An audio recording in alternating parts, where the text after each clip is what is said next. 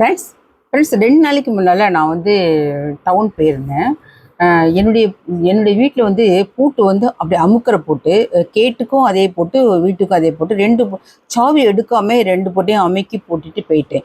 வரும்போது பார்த்தா 8:30 மணி ஆயிடுச்சு. 8:30 மணிக்கு வந்து பேக்கெல்லாம் தேடுறேன், பேக்கில் சாவி இல்லை. என்னடா செய்ய, சாவி இல்லையே அப்படின்னு சொல்லிட்டு காரில் போட்டு போனால் பார்த்தேன், காரில் இல்லை, பேக்கில் இல்லை, ஒரு பக்கம் இல்லை. உடனே என்ன பண்ணுறது, மணி 8:30 9 ஆகுது. உடனே